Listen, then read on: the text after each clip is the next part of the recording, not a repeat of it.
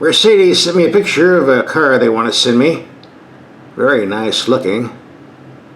Let's look at the paperwork. A 2024 CLE 300 4MATIC Coupe. And here's a starting price, but as always, there are plenty of options to jack it up a bit. They're going to charge us for that blue metallic paint. $750, but wait, there's more. Instead of scrolling down, I'll just show everything at once if you want to freeze frame it. And there's the total tab. It's not rated for safety yet, but being a Mercedes, it's still top of the line, so I wouldn't worry too much if you get in a crash. And where is it made? That's good. For this price, I would hope to get a V8 or V6, but no, a 2-liter inline turbo 4-cylinder with mild 48-volt hybrid, 255 horsepower, 295 pounds-feet of torque, hooked to a 9-speed automatic transmission, and all-wheel drive. We'll talk about this a little bit later. And here's the claim fuel economy. And as always, we'll take it out in the real world to get the real numbers for you. Alright, they just dropped it off the truck. Let's go take a look. So here it is, just as nice looking in person as it is in the photographs. A bit on the long side. And of course, being a real coupe, only 2 doors. And here's the rear view. It's 110 degrees outside in the sun, so we're going to get in the shade here. And one of the first things we do to get a vehicle is take the headlights out in the dark and see how they perform. We already did that video, posted on YouTube. I have a link for that at the end of this video, so you're not missing anything.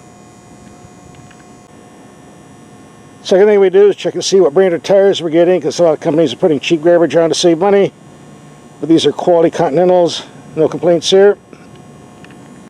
And third thing we do is open the trunk and see if there's a spare tire. Let's get to that. Now let's see what's under the floor here. No spare. Nowhere to put one either.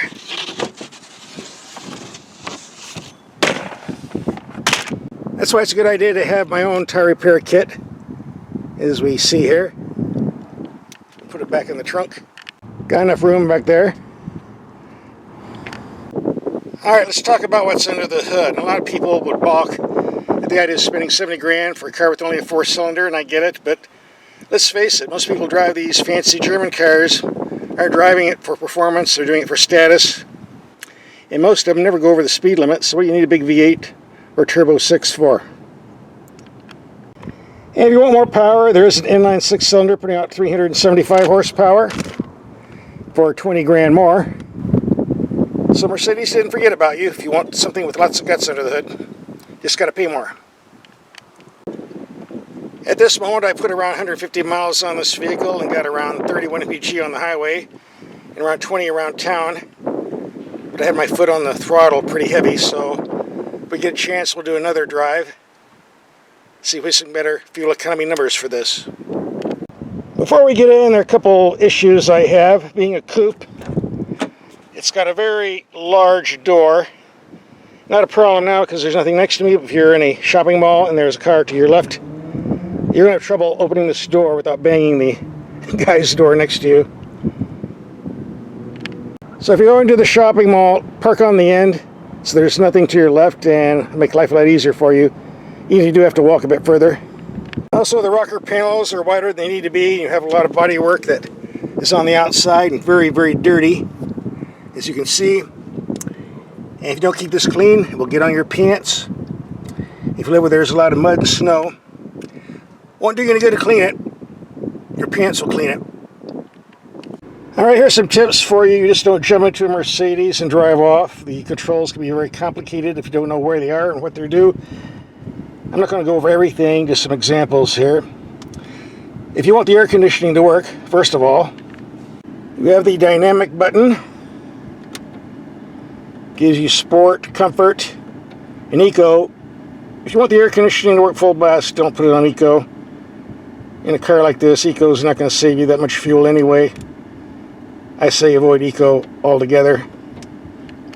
And you have the start-stop system that shuts the engine off at stoplights in order to save fuel, theoretically. It also shuts off the air conditioning more than I would like, so you need to turn that off too. Those two things, then your air conditioning will work to maximum performance, which you need if you're in an environment like me where it's 110, 115 degrees every day, at least in the summertime. Also, a lot of buttons aren't there to be pushed. They're there to be, well, with your finger like this. And that can give you different gauge clusters. I like the Sport. Can't see it very well because of all the glare, but in a night drive video, you can see this better. And we have paddle shifters mounted on the steering wheel where they belong, not on the steering column like the Italians do, which is a stupid place to put them. They belong here, where they can be reached regardless of steering wheel position, going straight or in corners. And you have a very nice camera system. Let's see what we can get it to do here. There we go.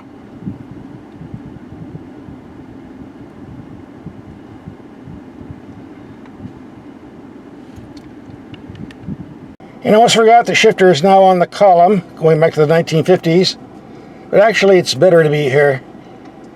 Keeps it off the console. You don't have to worry about a stick getting in the way or knobs not functioning when you spill your coffee on them and they go down in the console. This works just fine. See, the camera's on while we're driving. Oop, where'd it go? And here's one of the problem with screens at certain times of day. The sun, you got fingerprints, dust. And I just cleaned this. It's one of the things you have to live with all of these info screens. Not much you can do about it, regardless of the brand. The suspension provides a very smooth ride, although those tires create some thumping noises on rough pavement, but nothing really that bothersome. When at idle, this engine sounds like what it is, a little four-cylinder. However, once you get going, you don't hear this racket. In fact, once you get going, the engine is very smooth and quiet. Can't hear a thing. And it's got a lot of bottom end torque and decent acceleration. I would never notice it's a four-cylinder unless I looked under the hood. It drives like a 6. And we're going to take this to the mountains tonight and ring it out and see what it does. So don't go away. Coming up on a stoplight, and the brakes are very, very powerful, although the pedal's a bit more mushier than I would like.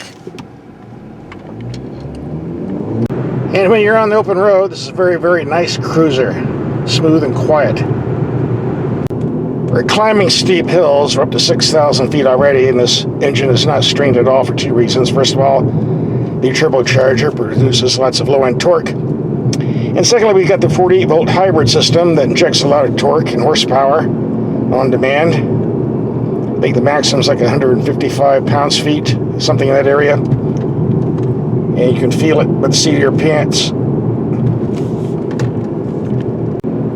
And since we're taking curves, I just put the vehicle in sport mode, which stiffens up the suspension a bit, provides better handling along with the all-wheel drive system.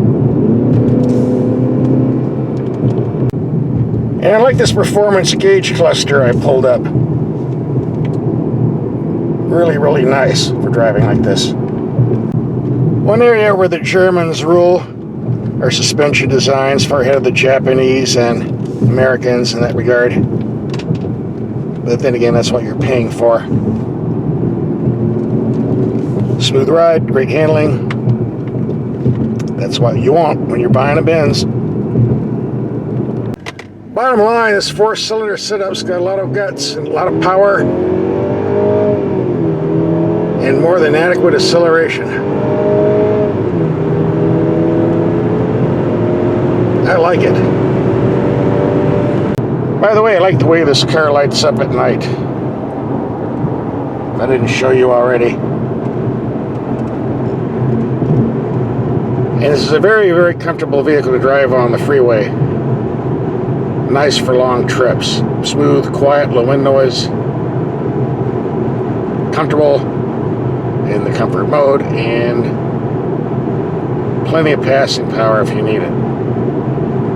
Now, if we can just get a good fuel economy number, we'll be all set. Well, here you go. We're averaging 69 miles per hour because I did some city driving. But even in spite of that, we still got 39.3 mpg in the past 93 miles. So what do I think about this Benz after a week of driving? Well, yeah, it's expensive for sure, but don't underestimate this 4-cylinder setup. It's got a lot more guts than you think. Very, very pleasant to drive. I liked it. Now, if you want to see the headlight test and night drive video we did, here's a link coming up. Click and watch.